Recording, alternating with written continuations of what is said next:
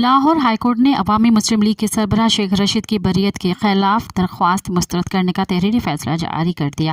Lahore high court کے justice Mirza وقاص رؤف کی سربراہی میں 2 رکنی بینچ نے شیخ رشید کی بریت کی درخواست مسترد کرنے کا تحریری فیصلہ جاری کیا۔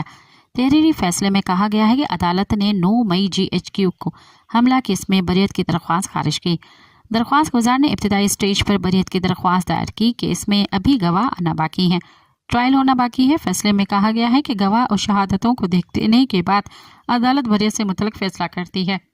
عدالت اس سٹیج پر بریت کی درخواست مسترد کرتی ہے۔ ٹرائل سٹیج پر درخواست گزار کو بریت کی درخواست دائر کرنے میں آزادی ہوگی۔ نئی بریت کی درخواست پر عدالت قانون کے مطابق فیصلہ کرے گی۔ مزید خبرن